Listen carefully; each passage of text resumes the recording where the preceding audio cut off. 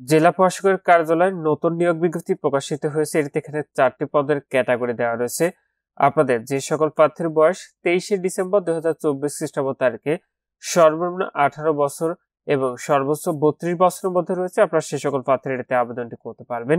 তো এই নিয়োগ বিজ্ঞপ্তিটি রয়েছে জেলা প্রশাসকের কার্যালয় মেহেরপুরের। নিয়োগের 1 নম্বর পদটি রয়েছে হিসাব সহকারী, পদের সংখ্যা রয়েছে একটি।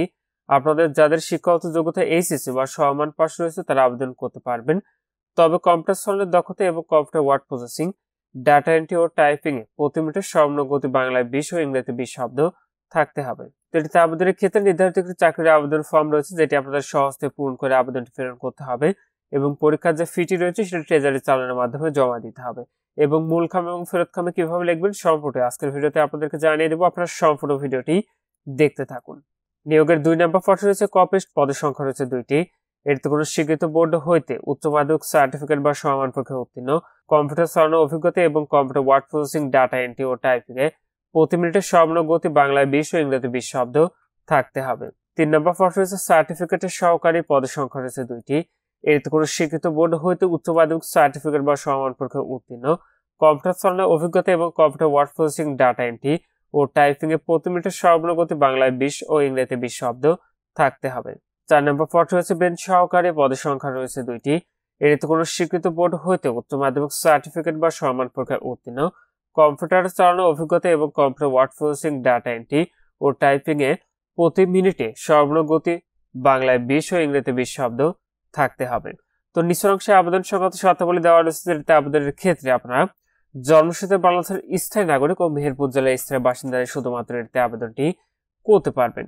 আবেদনের নির্ধারিত ফর্মটি রয়েছে সেটা আপনাদের সহজে পূরণ করতে হবে এবং আবেদন ফর্মে আপনাদের সভাপতি, বিভাগীয় বাছাই কমিটি, খুলনা ও বিভাগীয় কমিশনার খুলনাকে সম্বন্ধ করে আগামী 23শে ডিসেম্বর 2024 খ্রিস্টাব্দ তারিখের মধ্যে অফিস চলাকালীন জেলা প্রশাসক মেহেরপুরের কার্যালয় সরকারি ডাকযোগে পৌঁছাতে হবে এবং খামের উপরে মোটা অক্ষরে আপনাকে পদের নাম এবং আপনাদের কোনো কোঠা থেকে কোঠাটি উল্লেখ করতে হবে এবং বাম পাশে আপনার পূর্ণ নাম ঠিকানা স্পষ্টভাবে লিখতে হবে। তো খামের উপরে কিভাবে লিখবেন সেটাও আপনাদেরকে দেখিয়ে দিব, আপনার সম্পূর্ণ ভিডিওটি দেখতে থাকুন। আর চাকরির যে আবেদনের যে ফর্মটি রয়েছে সেটা আপনার ওয়েবসাইটে সংগ্রহ করে নিতে পারবেন। অবশ্যই আপনারা আমাদের মেসেজ করলে আপনাদেরকে লিঙ্কটি দিয়ে দিব। তো আবেদনের সহিত আপনাদের কি কাগজপত্র প্রেরণ করতে হবে দেখতে পাচ্ছেন লেখা রয়েছে প্রথম শ্রেণীর গ্যাজেটেড কর্মকর্তা কর্তৃক সত্যায়িত সদ্য তোলা 3 কপি 5x5 সেন্টিমিটার আকারের রঙিন ছবি আবেদন ফর্মে নির্ধারিত স্থানে সংযুক্ত করতে হবে এবং 2 কপি স্ট্যাম্প সাইজের রঙিন ছবি আপনাদের দাখিল করতে হবে এবং অবশ্যই কিন্তু সত্যায়ন করতে হবে। দেখতে পাচ্ছেন এদের লেখা আছে সত্যায়নকারী কর্মকর্তার নাম পদবিযুক্ত স্পষ্ট সিল থাকতে হবে। সংশ্লিষ্ট ইউনিয়ন পরিষদের চেয়ারম্যান অথবা পৌরসভার প্রশাসক কর্তৃক প্রদত্ত নাগরিকত্ব সনদপত্র, শিক্ষাগত যোগ্যতা ও সকল অভিজ্ঞতা সনদপত্রের ফটোকপি প্রথম শ্রেণীর গ্যাজেটেড কর্মকর্তা কর্তৃক নামযুক্ত সিল দ্বারা সত্যায়িত, প্রথম শ্রেণীর গ্যাজেটেড কর্মকর্তা কর্তৃক প্রদত্ত নামযুক্ত সিল দ্বারা চারিত্রিক সনদপত্র এবং যাদের মুক্তিযোদ্ধা কোঠা রয়েছে মুক্তিযোদ্ধা কোঠার ক্ষেত্রে আপনাদের কি ফর্ম লাগবে দেখতে পাচ্ছেন লেখা রয়েছে এবং এই আবেদনের সাথে আপনাদের ট্রেজারি চালানোর মাধ্যমে পরীক্ষার ফি বাবদ এখানে যে কোড দেখতে পাচ্ছেন এই কোডের অনুকূলে 200 টাকার জমা প্রদান করে ট্রেজারি চালানোর যে মূল কপিটি থাকবে সেটা এই আবেদনের সাথে কিন্তু অবশ্যই সংযুক্ত করতে হবে এবং এই আবেদনের সাথে আপনার একটি ফেরত খাম ফেরত করতে হবে। ফেরত খামের উপরে পদের নাম ও আপনার নাম ঠিকানা সম্বলিত 10 টাকার ডাক টিকিট লাগানো একটি 10 ইঞ্চি গুণন 4.5 ইঞ্চি আকারের একটি ফেরত খাম আবেদনের সাথে সংযুক্ত করতে হবে। নিচের অংশে আরো কিছু শর্তাবলী দেওয়া রয়েছে। আপনারা যখন আবেদনটি প্রেরণ করেন না কেন অবশ্যই নিজ দায়িত্বে সম্পূর্ণ নিয়োগ বিজ্ঞপ্তি ভালো করে পড়ে বুঝে আবেদনটি করবেন। আর আপনার কোনো কিছু জানার থাকলে অবশ্যই কমেন্ট করে জানাবেন, আমি জানিয়ে দেওয়ার চেষ্টা করব। তৃতীয় নির্ধারিত চাকরির আবেদন ফর্মটি বরাবর আপনাকে লিখতে হবে সভাপতি, বিভাগীয় বাছাই কমিটি খুলনা ও বিভাগীয় কমিশনার খুলনাকে সম্বন্ধ করে কিন্তু আবেদনটি প্রেরণ করতে হবে। তো এটি আপনাকে আবেদন ফর্মের উপরের অংশে এখানে লিখতে হবে। পদের নামটি, যে পদে আবেদনটি করবেন সেই পদের নামটি, বিজ্ঞপ্তি নম্বর এবং তারিখটি। নিয়োগ বিজ্ঞপ্তির উপরের অংশ যদি লক্ষ্য করেন এখানে যে স্মারক নম্বরটি দেওয়া রয়েছে এটি হলো বিজ্ঞপ্তি নম্বর এবং এখানে যে তারিখ দেওয়া রয়েছে এটি হলো তারিখ। দুটি নির্ধারিত এই স্থানে আপনি লিখে দিবেন। যে কয় কপি ছবি নিয়োগ বিজ্ঞপ্তি লেখা রয়েছে সেই কয় কপি ছবি এখানে লাগিয়ে দিবেন। সম্পূর্ণ এখানে বাংলাতে পূরণ করা রয়েছে, আশা করি আপনার বুঝতে সুবিধা হবে কোথায় কিভাবে লিখতে হবে। আর আপনার বুঝতে অসুবিধা হলে অবশ্যই কমেন্ট করে জানাবেন। আর এই চাকরির আবেদন ফর্মটি কিভাবে পূরণ করতে হয় সেটি নিয়ে আমাদের ইউটিউব চ্যানেলে একটি ভিডিও দেওয়া রয়েছে, আপনারা সেই ভিডিওটি দেখলেই বুঝতে পারবেন।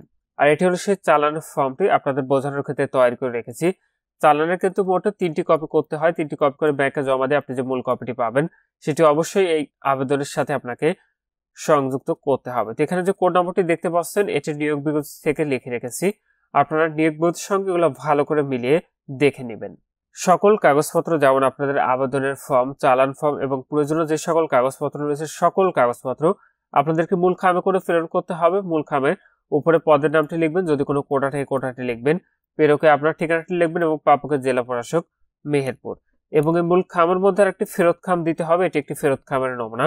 ফেরত খামের উপরে শুধুমাত্র পদের নামটি আপনি লিখে দেবেন এবং প্রাপকে আপনার ঠিকানাটি লিখবেন এবং ফেরত খামের সাইজটি হতে হবে 10 ইঞ্চি গুণন 4.5 ইঞ্চি। আর ফেরত খামে কিন্তু অবশ্যই একটি 10 টাকা মূল্যমানের অব্যবহৃত ডাক টিকিট লাগিয়ে দিবেন। তো এখানে এই ছিল জেলা প্রশাসকের কার্যালয় মেহেরপুরের যে নতুন নিয়োগ বিজ্ঞপ্তিটি প্রকাশিত হয়েছে সেটি। আপনারা যারা আবেদনটি প্রেরণ করতে চাচ্ছেন নির্ধারিত ঠিকানায় শেষ তারিখের জন্য বসে না থেকে পূর্বে আবেদনটি প্রেরণ করে দিবেন। আজকের ভিডিওটি পর্যন্ত সব ভালো থাকুন, সুস্থ থাকুন, এফআই থাকুন। আল্লাহ হাফেজ।